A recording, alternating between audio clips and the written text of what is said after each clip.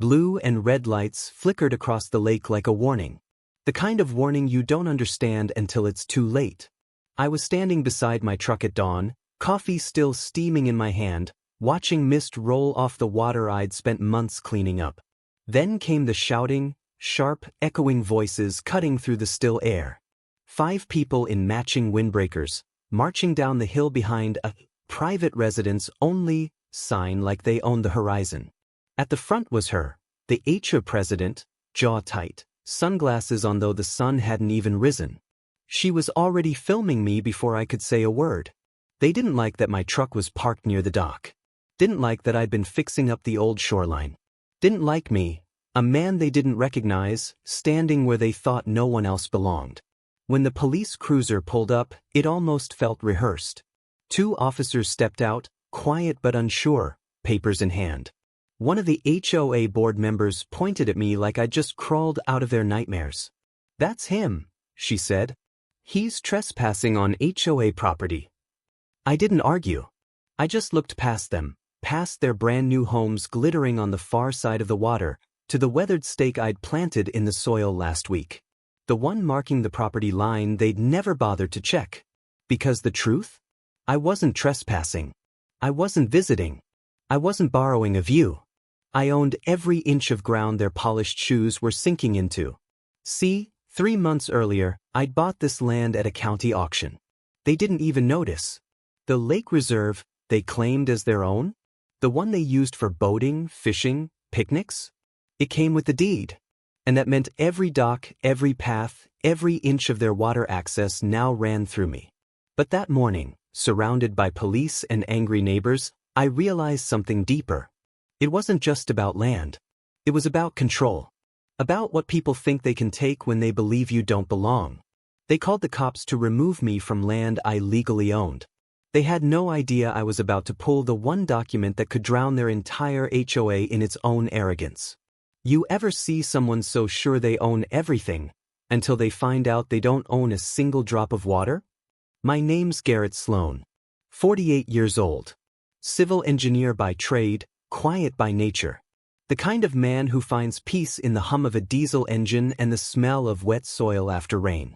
After 20 years designing municipal bridges, I decided I'd had enough of deadlines and office politics. I wanted quiet.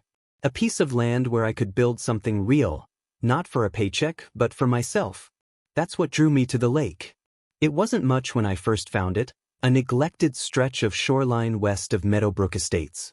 The water was still, glassy, and surrounded by tall pines.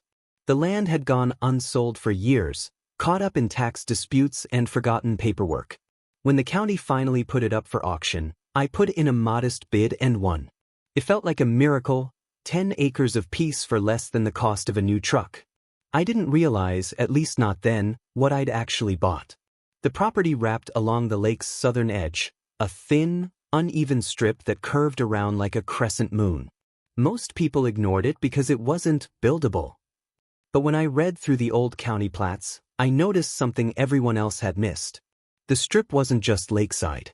It touched the only legally recognized access point to the water, the one connecting the road to the lake itself. At the time, I just saw it as a place to breathe. I spent mornings cutting back brush, clearing old debris, and rebuilding a broken dock that must have been there for half a century. The water was cold and dark, the kind that reflected everything except your own worries. I'd bring my dog, Jasper, an old shepherd mix, and we'd sit on the dock while the sun climbed over the ridge. Across the water stood Meadowbrook Estates, all symmetry and perfection. Manicured lawns that looked cloned, each house painted in HOA-approved shades of beige and cream. Boats bobbing at private slips. Security cameras tucked under porch lights. And at the far end of it all, a row of signs that read, "Private residence only, HOA property.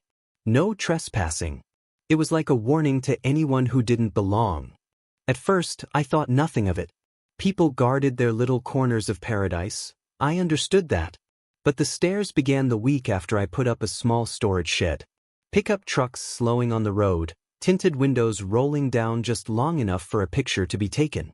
Notes left on my windshield, no signature, just printed warnings about restricted access and HOA oversight. The first time I met her was on a Saturday morning. I was hauling driftwood out of the shallows when a woman in a white blazer marched down the embankment like she was heading into a courtroom. Perfect posture, polished nails, sunglasses that mirrored the entire lake back at me. She didn't introduce herself, she announced herself. HOA President, Meadowbrook Estates. Her tone made it sound more like sheriff. She told me I was technically trespassing, that the reserve was maintained for HOA residents only. When I told her I owned the land, she laughed, a quick, brittle sound, like breaking glass. Then she pointed to the sign again and walked off, heels crunching through gravel. I figured that was the end of it. I was wrong. 2 days later, a police cruiser idled at the edge of my driveway. Routine complaint, the officer said, awkwardly reading from a notepad. HOA members reported unauthorized activity near the reserve.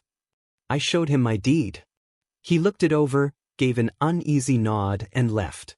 But I could tell from his face he'd be back. The calls kept coming, code enforcement, zoning inspectors, even a wildlife officer claiming I'd altered a wetland.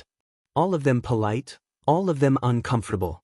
Each time I handed over the same paperwork, and each time they left empty-handed. That's when I started digging deeper.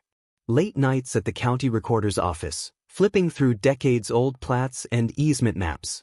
Turns out, the lake reserve had been designated as public access long before Meadowbrook Estates was ever built. But when the HOA formed, they started treating it like part of their community property, fencing it, maintaining it, and convincing residents it belonged to them. No one ever checked the deeds. No one cared. Until I showed up. From that point, the tension thickened. I'd feel eyes on me every time I arrived, curtains twitching, phones raised, whispers carrying across the water. A drone hovered once, tracing slow, deliberate circles over my property. When I looked up, it drifted back toward one of the HOA houses. There were moments when I almost gave in, when I thought, is it worth it? But every time I stood at the water's edge, I felt something heavier than pride keeping me there. Maybe it was stubbornness. Maybe it was the simple truth that I'd worked too hard to let someone rewrite what I'd earned. Besides, the land had history. My grandfather used to fish on this very lake before the developments swallowed the shoreline. Back then, families picnicked under the oaks, kids splashed in the shallows, and nobody cared about property lines. I remembered his stories, about fairness, about standing your ground even when people tried to move the goalposts. So I stayed. But the more I stayed, the bolder they got. One morning, my dock was cut loose, the ropes slashed clean, letting it drift into the reeds. Another day, my tire pressure gauge read near 0 on all 4 wheels. Petty things, but they spoke volumes. This wasn't about rules. It was about sending a message. The president, her name was Diane, though everyone whispered, Miss Davenport, like she was some sort of royalty, started holding community meetings that somehow always revolved around me.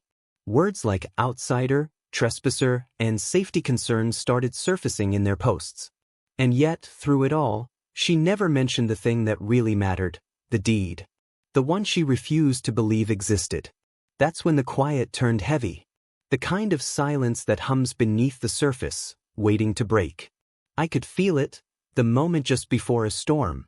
The lake mirrored the sky, perfectly still, while something unseen gathered beneath. Every step they took, every complaint they filed, every rumor they whispered only pushed me closer to the truth. I wasn't standing on borrowed ground. I was standing on the fault line of their entire illusion. They believed they could outnumber me, outvote me, or intimidate me into vanishing. But they hadn't done their homework. They wanted me off that land. But they didn't know what I'd bought, or who it really belonged to. And when the day came that they'd try to drive me out for good, I'd be ready to show them that sometimes the quietest man in the room is the one holding the map that changes everything. The first few weeks after the confrontation at the lake were quiet, too quiet. Diane Davenport hadn't spoken to me since that morning she'd marched down the embankment, heels stabbing into the mud like she could command the earth itself.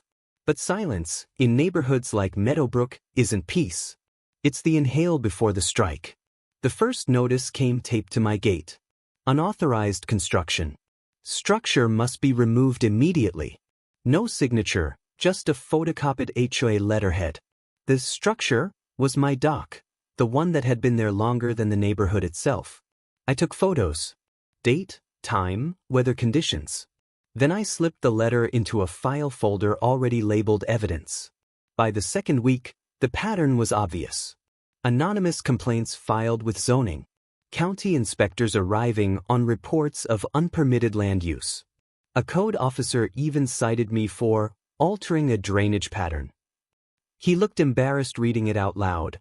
The alleged alteration was a pile of leaves that had washed down during a storm. That's when I started treating it like a project. Not emotional, analytical. I logged every visit, every complaint, every voice that showed up on my property uninvited. Photos, timestamps, copies of every county notice. Years as an engineer had trained me to look for patterns, and soon I saw it. The HOA was trying to bury me in paper. Then came the drone again. Low and deliberate, hovering inches above the treeline, camera glinting like a fly's eye. I stepped into its view, phone raised, documenting it right back. Within hours, a post appeared in the Meadowbrook community group, a blurry photo of me by the lake, captioned, "Trespasser alert, unknown male found near residence dock." Unknown. Trespasser. They were rewriting the story in real time. And the more I read, the more I realized the script they'd written for me. The outsider, the stranger who bought near our lake, who doesn't belong. I'd seen that look before, in boardrooms and job sites. The kind that hides prejudice behind paperwork. It wasn't about a dock anymore. It was about ownership, of space, of image, of control. 2 weeks later, the police returned. Flashing lights across the water, 2 officers stepping out while Diane waited near the entrance sign, arms folded, smile tight. They said there'd been reports of trespassing again.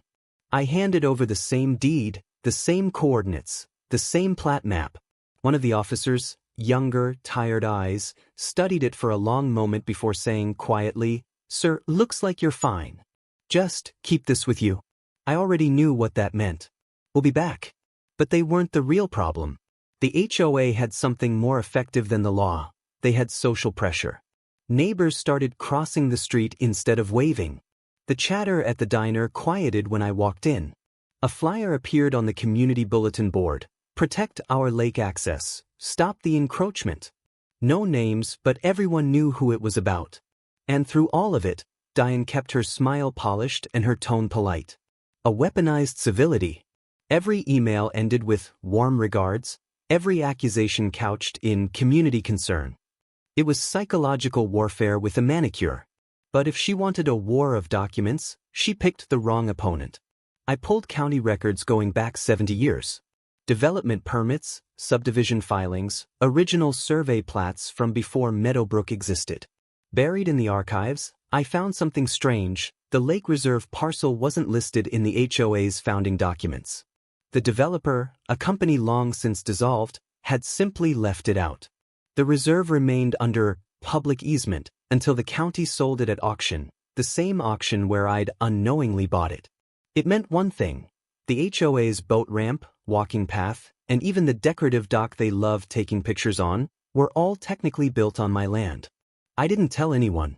Not yet. Information like that was power, and I needed to understand just how deep this went before I made a move. I hired a land use attorney, a quiet man named Bishop, with a dry sense of humor and a talent for reading fine print. When I showed him the plats, he leaned back slowly in his chair and said, "Garrett, you don't own part of the shoreline. You own the only legal access point to the lake." I just sat there, letting that sentence settle. Every HOA member who so much as dipped a kayak into that water was technically crossing my land. Every utility line, every access easement, expired 5 years ago, and they never renewed. Bishop adjusted his glasses, half smiling. "They've been trespassing on your property for years. And paying taxes on the wrong parcel." That was the moment I realized I wasn't fighting from a corner. I was standing on the high ground, they just didn't know it yet. So I started preparing. Quietly. Methodically. I installed cameras, not obvious ones, just enough to record every visit, every car that slowed near my gate. I backed up all my photos and documents to cloud storage. I even set up a second folder labeled HOA incident log, complete with cross-references to county property maps. Meanwhile, the harassment continued and escalated. Fines started arriving in my mailbox despite the fact I wasn't even a member of their association. Failure to maintain appearance of structures. Unauthorized shoreline modification. Refusal to comply with community standards. Each one was more absurd than the last. They fined me for unapproved grass height on land that wasn't even in their jurisdiction. When I ignored the notices, they filed a lien threat with the county. The clerk dismissed it, but the message was clear. They were testing how far they could go. Then, one afternoon, I found tire tracks cutting across my property, deep ruts near the waterline. Fresh. When I followed them, I found the HOA's landscaping crew trimming the grass near the shore. When I asked what they were doing, the foreman shrugged. We were told to maintain the reserve. The reserve? My reserve. That night, I sent Diane a certified letter. Professional. I outlined the boundaries of my property and cited the parcel number. I requested that all maintenance, access, and construction cease until we clarified ownership. 3 days later, I came home to find my mailbox uprooted and tossed into the ditch. It wasn't subtle anymore. Rumors spread that I was planning to sell the land to developers. One HOA post claimed I was endangering the community's ecosystem. Another accused me of restricting emergency access. The irony was almost impressive. They'd built their walking path on my emergency access. The stress began to wear on me. My sleep grew shallow. Every engine sound outside made me look up. I wasn't scared, but I was constantly aware. The kind of awareness that tightens your chest without you realizing it.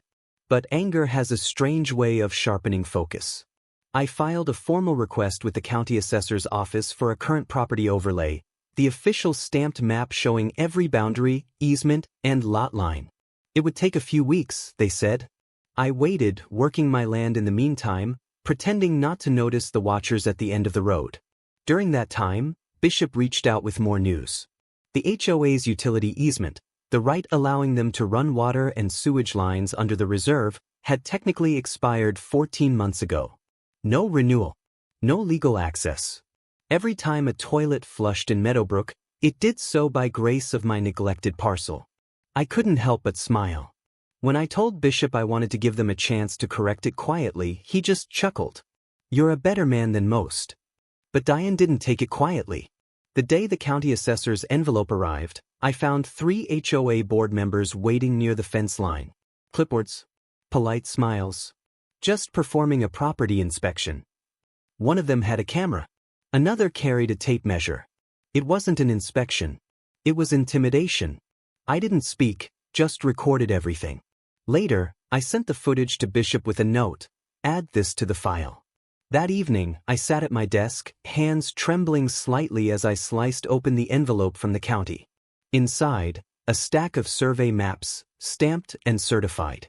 I unfolded the first page, tracing the bold black line that ran along the lake's southern curve, my property boundary. It extended past the waterline, swallowing the boat ramp, the walking path, even the private residence-only sign. Every inch of their access. The room felt quiet, almost reverent. Outside, the lake shimmered under the setting sun, the same water they'd claimed as their own reflected against the glass of my window. For months, they tried to bury me in lies and paperwork. Now, I had the document that could bury their entire illusion. I set the map down carefully, heart steady, mind clear. The moment I saw that stamped seal, I knew the truth. Their entire neighborhood, their pride, their exclusivity, their power, was built on borrowed water. And the debt was about to come due. It all came to a head 3 weeks later. By then, the whispers had turned into shouts. The county assessor's office had updated the official maps, and word spread fast. The HOA didn't own the lake. The same people who'd watched Diane enforce rules about mailbox colors and Christmas lights now realized she'd been policing land that wasn't even hers. The county called for an emergency mediation session to resolve ongoing property disputes. It was supposed to be closed door, but by the time I arrived, half the neighborhood was already there, angry homeowners, news reporters, even a few officers standing by the entrance just in case things got out of hand. Fluorescent lights buzzed overhead as I stepped into the community hall. Folding chairs in neat rows. A long table up front where Diane sat, perfectly composed, pearl earrings, clipboard, and that brittle, permanent smile. To her right sat Rex, her enforcer, jaw tight and eyes cold. When she saw me, her expression didn't flicker. "Mr. Caldwell," she said coolly, "glad you could finally join us. Perhaps we can clear up some misunderstandings today." I nodded once. That's the plan. The county mediator, a man who looked like he hadn't slept in 2 days, called the meeting to order. "We're here to review property rights concerning Parcel 17L, the Lake Reserve, and its relation to Meadowbrook HOA jurisdiction." For a moment, the room was silent except for the soft hum of the lights. Diane leaned forward, voice dripping with authority. "Before we get into theatrics, I'd like to state for the record that the HOA has maintained this property for over 20 years. We have photographic evidence, community budgets, and maintenance logs to prove continuous stewardship. We will not allow one outsider to." I interrupted, calm but sharp. "Stewardship isn't ownership." She froze, mid-sentence. I pulled out the folder I'd been building for months, the same one that had started as a thin manila file labeled evidence, now swollen with maps, legal notices, and signed county documents.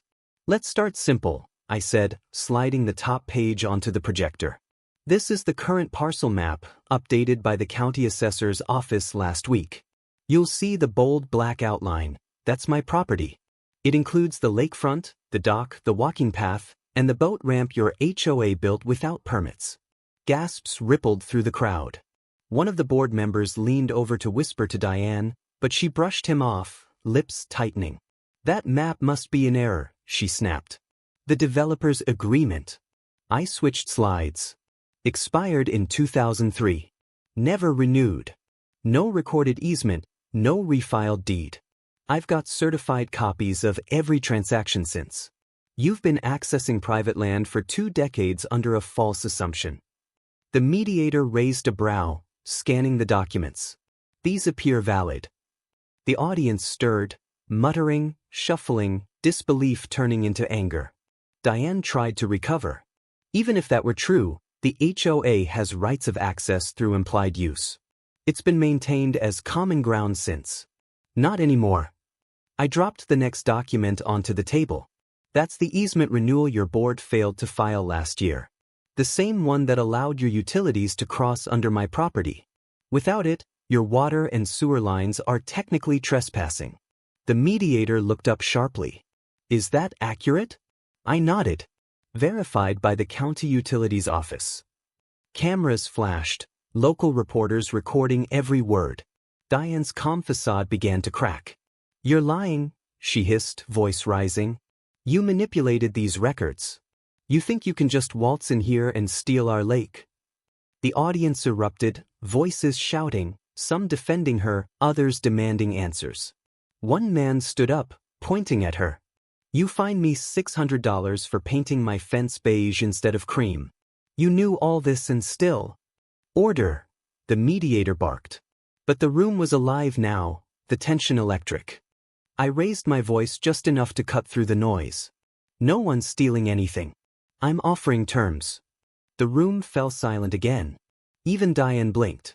I held up a single page. "Here's the agreement. The HOA can legally lease lake access from me at $1 per year. You'll issue a public apology, retract the false trespassing reports, and restore every neighbor you find under bogus rules. You'll rebuild the shoreline properly, under code, with my oversight as the property owner. Or," I paused, letting the quiet stretch, "I'll close it. Permanently. Effective immediately." Every eye turned to Diane.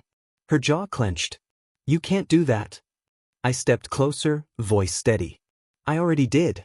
County authorization came through this morning. Without an easement, your HOA loses legal access to the water. Every dock, every trail, every structure beyond that line." I pointed to the map projected behind me, the black line slicing through the blue lake like a scar. "Is an encroachment." She stood up so fast her chair toppled backward. This is outrageous. You think you can humiliate me in front of my community? I built this place. No, I said softly. You built it on someone else's land. The crowd roared. Phones lifted, recording every second. The mediator motioned to the officers by the door, but they didn't move, they were just watching. Diane's face went pale, then flushed red. Her voice broke through the chaos, sharp and trembling. You'll regret this. You'll never be welcome here again. I looked at her, this woman who'd weaponized bureaucracy like a sword, and felt something strange.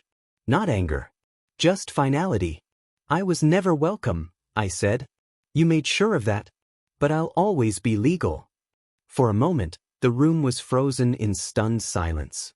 Then, slowly, applause began, hesitant at first, then building as neighbors rose to their feet. Even a few board members clapped, their loyalty dissolving in real time. The mediator announced the outcome formally. The HOA would suspend enforcement, pending legal restructuring. Diane's resignation was submitted before the meeting ended. As I walked out into the cool night air, cameras still flashing behind me, I caught my reflection in the glass door, calm, steady, unbroken. They'd called the cops to protect their privilege, and ended up watching it drain away like the lake they thought they owned. The weeks after the meeting felt unreal. For months, that lake had been a battleground, a place I could barely stand to look at without feeling the weight of conflict. Now it was quiet again. Not silent in the way it was before, when tension buzzed beneath the surface, but truly calm. You could hear the water lapping against the dock, the rustle of reeds, the faint laughter of kids playing on the far side where the new, public access signs now stood. It took time and paperwork and more patience than I thought I had left. But slowly things began to change. The county officially recognized the shoreline as a protected reserve under my stewardship, a legal formality that meant no HOA, no individual, no self-appointed gatekeeper could ever claim it again. I repaired the dock properly this time, reinforced the supports, added new planks, and repainted the benches. Not for them, for everyone. And people came. The same neighbors who once glared from behind their trimmed hedges started showing up quietly on weekends, kids in tow, fishing rods and picnic baskets in hand. At first, they kept their distance, still unsure if they were welcome. I didn't say much, just nodded, waved, sometimes offered a hand unloading kayaks. One afternoon, an older couple I'd barely spoken to before approached me. The wife handed me a small pie tin, still warm. "We were wrong about you," she said simply. "Thank you for fighting back the right way." It wasn't about the pie. It was about the tone, the humility in it. A tone I hadn't heard from anyone in that community before. The HOA dissolved within 2 months. Without Diane's leadership, there was nothing left to hold it together. The county ordered an audit of all past fines, and what surfaced was worse than anyone expected: over $180,000 collected in violation fees that never appeared in official ledgers. Some went to Rex's contracting company, others into accounts linked to Diane's family trust. When the sheriff's department opened an investigation, Diane vanished for nearly a week. She was eventually found staying with her sister 2 towns over, her car packed, the HOA laptop still in the trunk. No one pressed for jail time, not me, not the neighbors. The scandal itself was punishment enough. She sold her home within the year and moved out of state. Rex, on the other hand, stayed. I saw him once, months later, working maintenance at the county park. He didn't see me, or pretended not to, but I let it go. Some debts don't need collection. The new community board, no longer an HOA, just a voluntary association, reached out about forming a proper easement agreement. We drafted it together, transparent and fair, $1 annual lease, renewable every 5 years, with public access guaranteed. It wasn't about the money. It was about setting a precedent that power, when shared, builds stronger foundations than control ever could. For the first time in years, Meadowbrook wasn't divided by fences or rules. Neighbors started organizing events on the shore, cleanup days, summer picnics, even a small memorial garden for lost loved ones. I joined them sometimes, but mostly I stayed back and watched. 6 months later, the county installed a small bronze plaque near the dock. Simple lettering, no name attached, just a message. This reserve belongs to the people. May it always remain free. That line meant more to me than any legal victory ever could. On quiet evenings, I still walk down to the water with a cup of coffee, watching the light ripple across the surface as the sun dips low. Sometimes, I think about everything that led here. The shouting, the fines, the patrols, the humiliation. And then I think about how fragile power really is. How easily it cracks when you stop being afraid of it. People talk about justice like it's a verdict, something stamped on paper. But real justice feels quieter. It's a neighbor smiling at you for the first time in months. It's a child skipping stones where private property signs used to stand. It's the sound of laughter echoing over water that no one owns, because it belongs to everyone. And maybe that's the real story here. Not just about land or law or revenge, but about reclaiming something deeper, dignity. I've been asked if I regret buying that forgotten strip of land. The answer is no. Because sometimes, the universe hands you a fight not to break you, but to show others how to stand up when they're cornered. To prove that silence and paperwork can be more powerful than shouting and control. Diane thought owning a title meant owning people. But power built on fear always erodes. And in the end, what she tried to control slipped through her fingers, like water finding its level. Now, when I stand on the shore at dusk, the surface of the lake perfectly still, I see reflections of everything that changed. The homes across the water look the same, but the people inside them aren't. They talk to one another now. They wave. They remember. That's the thing about water. It remembers too. And if this story finds you somewhere between silence and surrender, standing against something bigger than yourself, remember this. Power makes people believe they own what was never theirs. But the truth, like water, always finds its level.